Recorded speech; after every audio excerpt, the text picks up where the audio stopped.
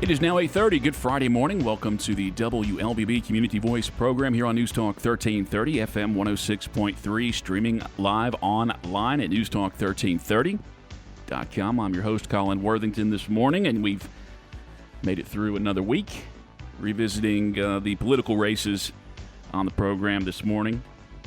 First of all, I want to remind you that the general primary and the presidential primary now set for June the 9th.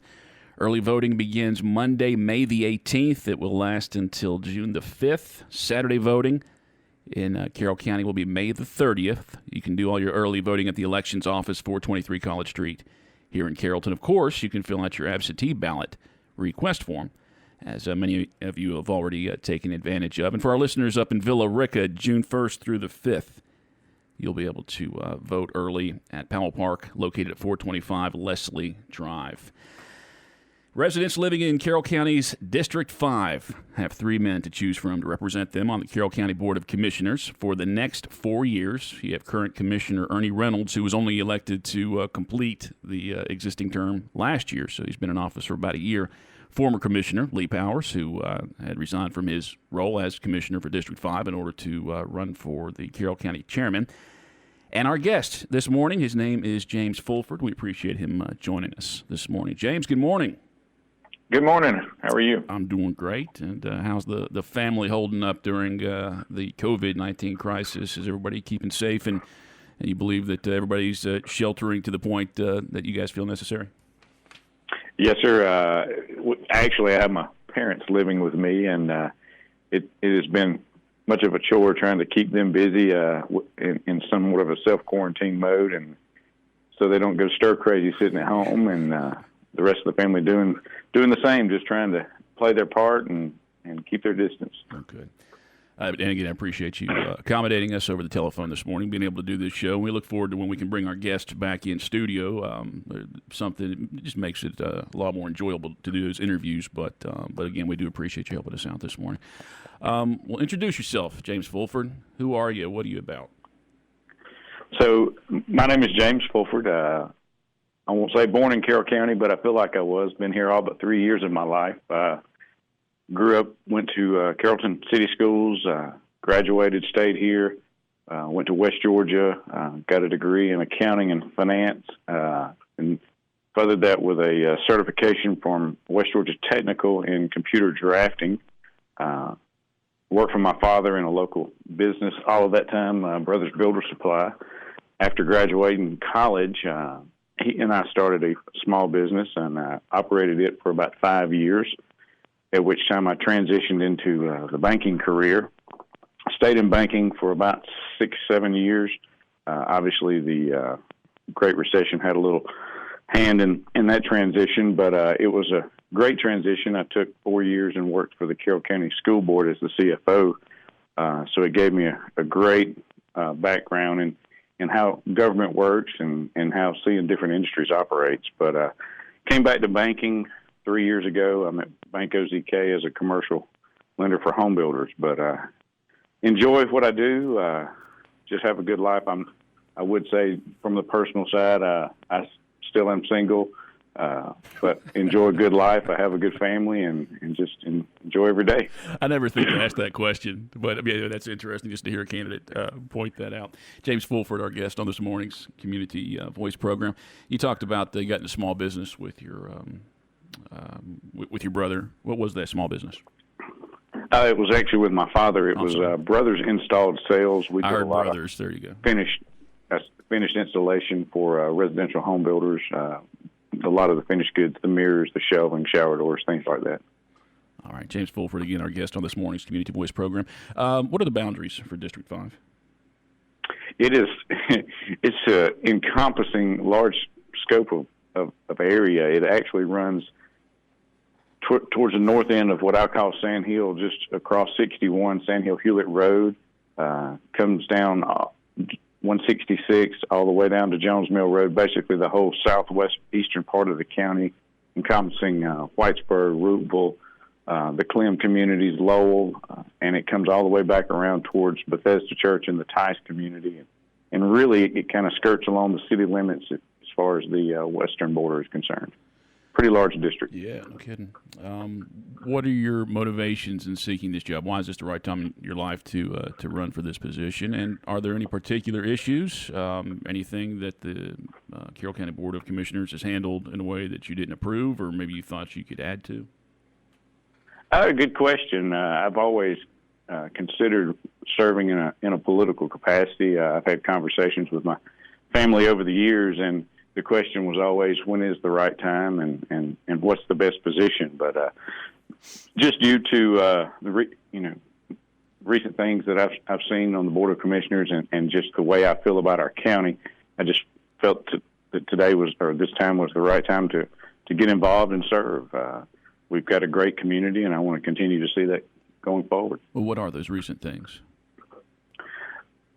Honestly, the biggest key for me is just the teamwork, the ability to work together, the ability to work across departments. And when I say departments, not just from the BOC level, one of the hard struggles with the county, and I saw this with the county schools, is when you have multiple departments, they stay a little disjointed, but the only way to be effective is to work as one unit. I see it sitting on the Board of Assessors. We have to work. We should work very closely with the tax commissioner, which we do, but it could be better. There are things that our county is missing. I've spoke with the board chair specifically. I mean, we need improvement in technologies to make our county work more efficiently for the taxpayer. We do a lot of things manual, and until you get in the front line and you see those things, you don't really understand it and understand the impact to the daily workflow. We just got a lot of things that we could do better, but those are the things on the surface. Well, what's an example of improving technology for the county? And you're talking about for actual county operations, not for people who live out in the county, right? That's correct. One of the things I noticed in the budget, and there again, I'm going to relate a lot to how I witness things at the school system. When I see our technology department has a budget of less than $300,000, it's pretty difficult to manage, maintain, and grow the technology division to the capacity that it needs to be in this day and time. When you have a less than $300,000 budget, you really can't build in for improvements in infrastructure. And one of the positions that I had voice for was a technology director, and that person's sole job is to work with all these departments and understand their needs and bring it back under a collective. We don't have that, and we had that at the county schools, but we didn't have the size department we needed to sustain the operations of the county schools, and we don't even have that leadership role there. We have tech guys that are very good at what they do at the county, but you've got to have that leadership role, and you've got to have somebody to bring the collective to a whole. And this is just the change in times. A lot of the things you see in government this is what we've always done. And there's nothing wrong with that quote, but is it what we need to do going forward? So for me, technology is a big piece of it. So the tax commissioner, the community development, tax assessor's office, those are a lot of behind-the-scenes departments, but they could work together and it be more electronic instead of paper and loss of flow of information. Sometimes things just get lost in the weeds when you have to do it physically. Well, not having those things, is that just being behind the times, or is it more a financial issue at this point? Well, I think it's a combination of both, because we're pretty conservative county, and we do our best to keep that cost off the taxpayer. But so part of it is financial. When you don't have the resources there to do it, you can't implement these things. And then part of it's just we are behind the times. It's hard being a commissioner, being the chair. It's hard to tell anybody, I don't want to do this. Should we raise taxes? Should we not raise taxes? It's a hard question. Or where do we find additional revenue to allow for these additional services and improvements to our county? It's a hard balance. I'll talk with you a little bit about taxes later on in the program, as well as the budget. And looking at your resume, Chief Financial Officer of Carroll County School System, you've obviously worked with a budget prior. Is that the strongest thing you bring to the board, do you think, your budget experience?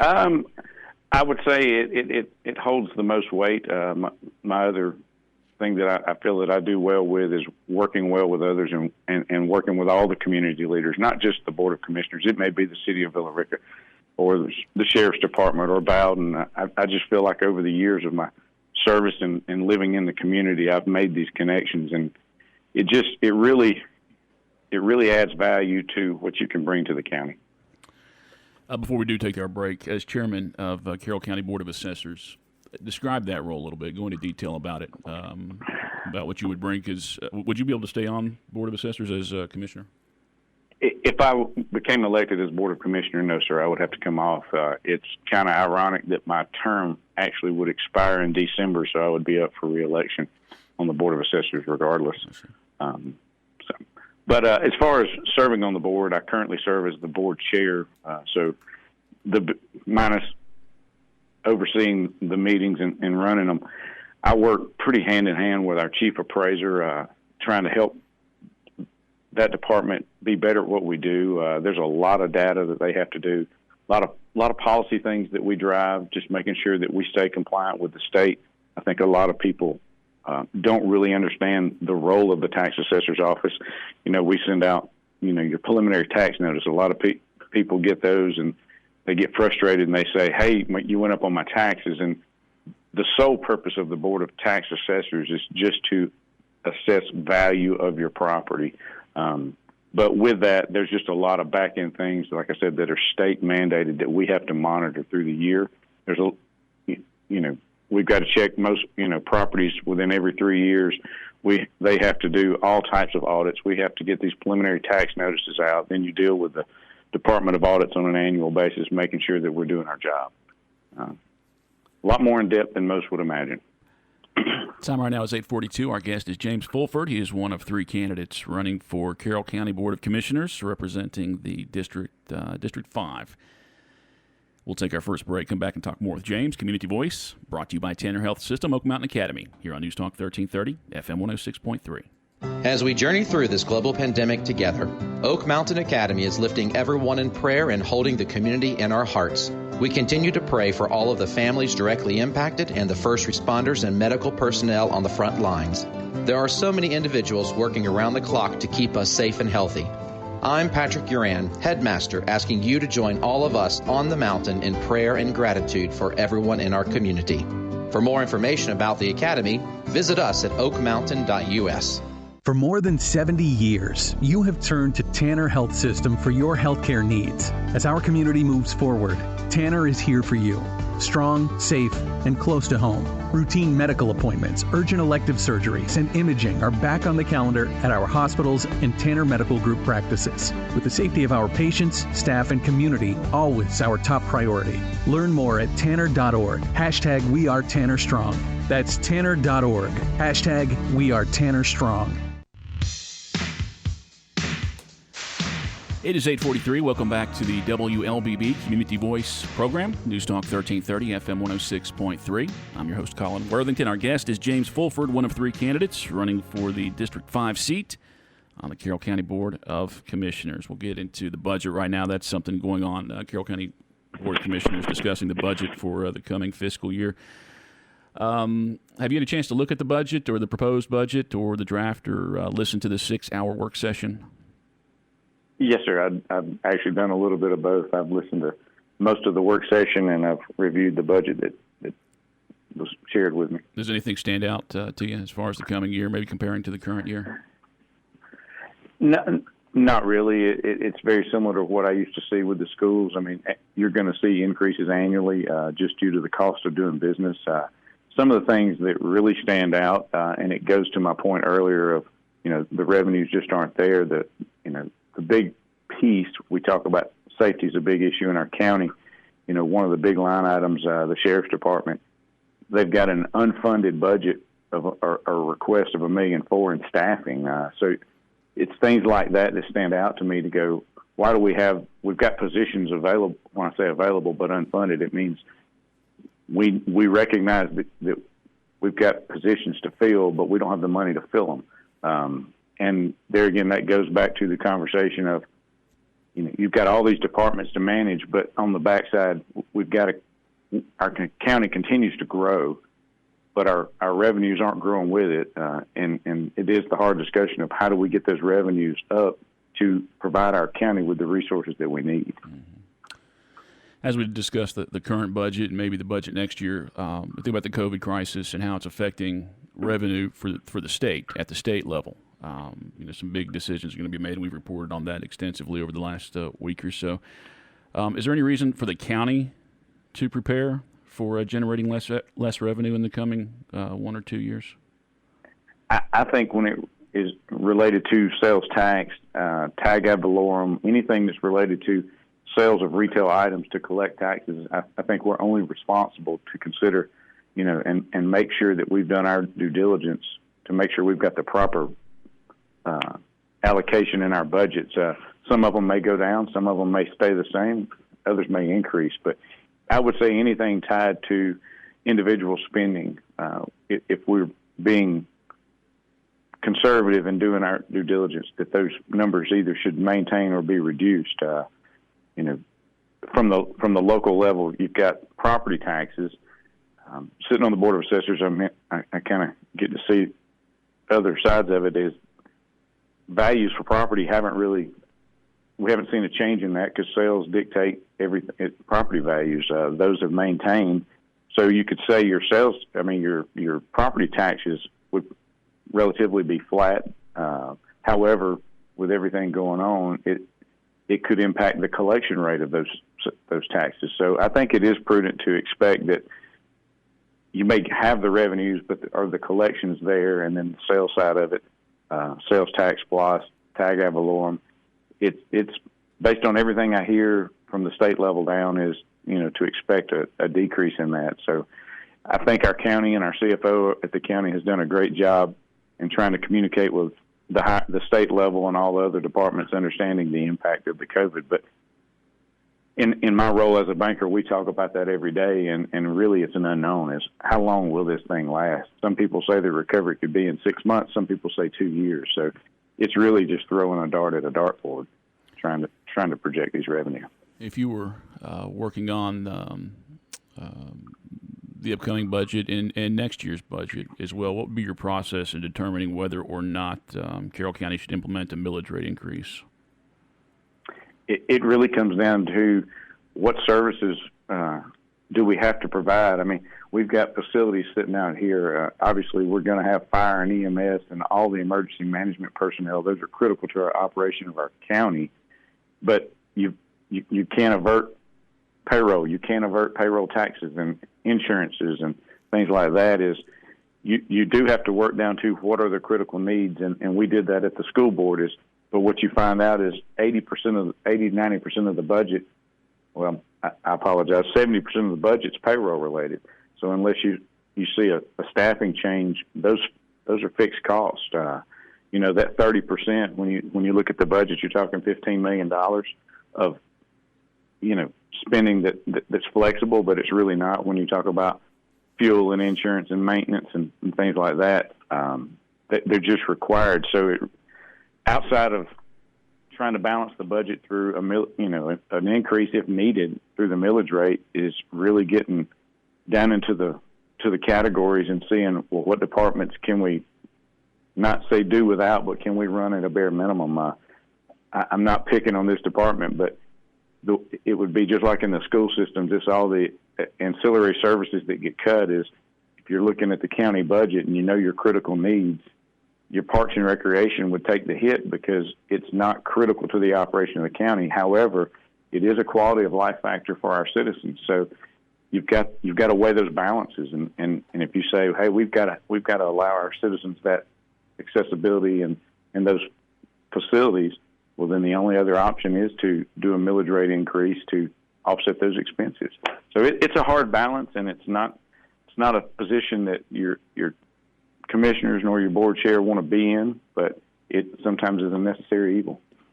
You mentioned park. One of the attractions in District 5 is Moore's Bridge Park in Whitesburg. Is the county promoting that property properly? Are they operating it? Is there more that can be done there or should be done? I'll be honest with you, I'm not as familiar with that park. The one that stands out to me is our Tallapoosa Park up on 113. But I would dare to say most of our parks don't get the promotion they need, because if you look at the revenue they generate versus the expense that they cost us, it's substantially different. That's something to take into consideration going forward. Time right now is 8:50. Before we take our second break, it was a need before. We were well aware that high-speed internet is a big need in rural Georgia and rural West Georgia, Haralson County, and parts of Carroll County as well. What can the county do, if anything, to ensure better access to high-speed internet in Carroll County? It's great you mentioned that, because that is something that I've experienced firsthand. The county can just be a voice. I have talked with other leaders in the community. I know Carroll EMC is making a big push for that, but I myself live in the district and a part of the District 5 that I get no internet access. So it's tough for me to send emails, receive emails, sometimes even tough to make a phone call. But I think Carroll County, all of its leaders, not just the county board, all the municipalities need to come together and do whatever we can with the state level to try to push these providers, both cellular and line related, to try to get access to these areas. I think the COVID is only going to intensify that. A lot of these children in our schools don't have access to internet as well, so staying current with their schoolwork, it becomes a paper resource, and with everybody, parents working, not working, maybe not having transportation to get to that paperwork, it's put a real big detriment to our school systems. But I think it's opened everybody's eyes to see how the internet today is almost it's just a part of life. It's not a luxury anymore. It's a need. So I would do everything in my power to work with all those to try to push that agenda with the state.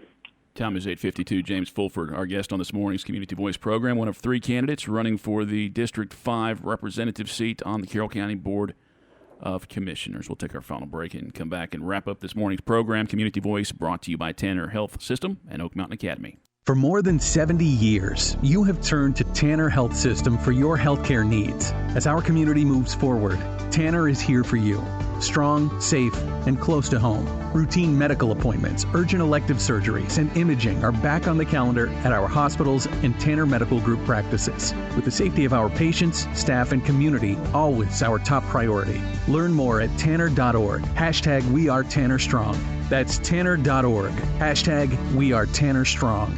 As we journey through this global pandemic together, Oak Mountain Academy is lifting everyone in prayer and holding the community in our hearts. We continue to pray for all of the families directly impacted and the first responders and medical personnel on the front lines. There are so many individuals working around the clock to keep us safe and healthy. I'm Patrick Uran, headmaster, asking you to join all of us on the mountain in prayer and gratitude for everyone in our community. For more information about the Academy, visit us at oakmountain.us. All right, 8:53. Welcome back to the Community Voice program, Newstalk 1330, FM 106.3, streaming live online at newstalk1330.com. And at the conclusion of this program, later on this morning, early afternoon, we're going to post this entire interview to the Newstalk 1330 WLBB Facebook page. We'll get a nice, handsome picture of James and post it to the link. And you'll be able to access that later on this morning or early afternoon. And I would hope that James might take a look at that website later on. If you have any questions, maybe something I didn't touch on this morning, our listeners, I'd encourage you to go there and maybe ask that. And hopefully James will get a chance to look at that if he's able to access his internet. We'll hopefully ask you to do that. In the last 6 minutes of our program here, James, special purpose local option sales tax, are you a supporter of that as a revenue generator for the county? I am to a degree. What I've experienced over the years is SPLOST in my opinion, is not to be a tax in perpetuity. I've seen that most SPLOST that we have, they get on the ballot, they stay on the ballot, and they never come off. But they all have their place. It's for those areas of capital improvement that sometimes the general budget just cannot afford to address. So I do believe they have their place. I just don't think they're meant to be for life, and they should be utilized properly. Are you in favor of using a bond in order to get projects complete before the money's actually collected? double-edged sword because of my world in banking. It depends on the urgency of the facility in need. That bond cost interest. That interest comes from the revenue that we collect, and I'm not saying that interest isn't necessary. It's a part of life. We as bankers, that's how we make a living, is we charge interest on money. But I don't think it's the most diligent, resourceful course for us to use taxpayers' dollars to pay interest. One or two parts of county government that would receive more attention if you were elected?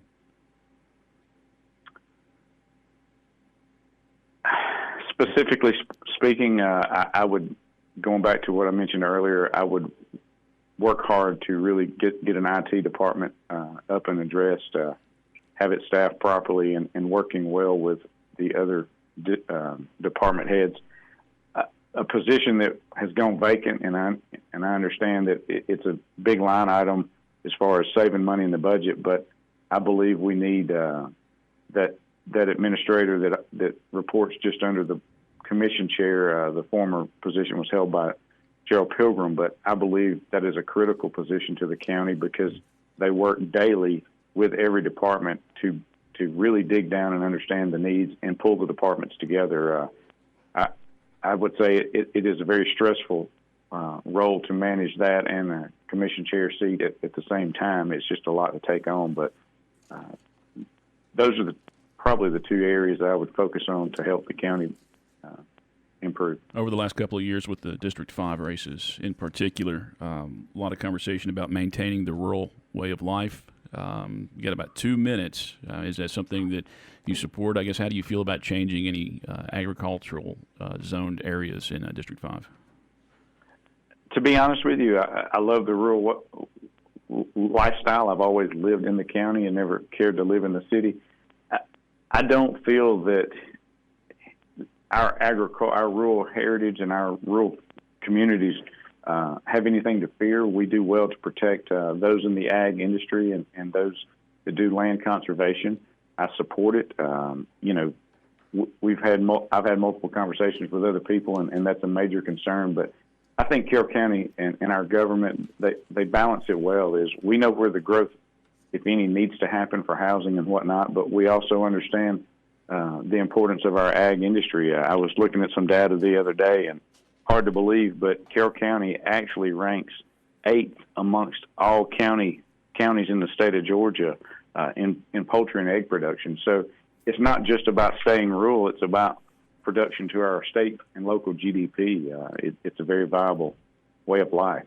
So I would support ag for as long as the world and our county loves it. It's near and dear to me. I can give you about 35 seconds here. What should we take home? What should we remember about you when deciding who to cast our vote for in District 5? I would just say my experience that I've had across the industries, both small business, self-employed, working in government entities, my ability to unify and work well with others, and just the leadership that I bring. It's not all just about what you want to see changed. We want to see us grow well and grow well together, and we do that through good leadership. James Fulford, thank you, sir, for joining us this morning, and I hope you and your family continue to stay safe out there. And appreciate you all listening to the program this morning. Community Voice brought to you by Tanner Health System and Oak Mountain Academy here on Newstalk 1330, FM 106.3. Remember, James is one of 3 candidates running for the District 5 representative seat on the Carroll County Board of Commissioners, currently held by Ernest Reynolds, Lee Powers, and Fulford are the candidates for this election. Early voting is coming up. Of course, you can still request your absentee, fill out that absentee ballot request form and vote that way. Time right now is 8:59. Stay tuned for national headlines, followed by your local news, and then Glenn Beck is on the air. Have a great weekend, everybody.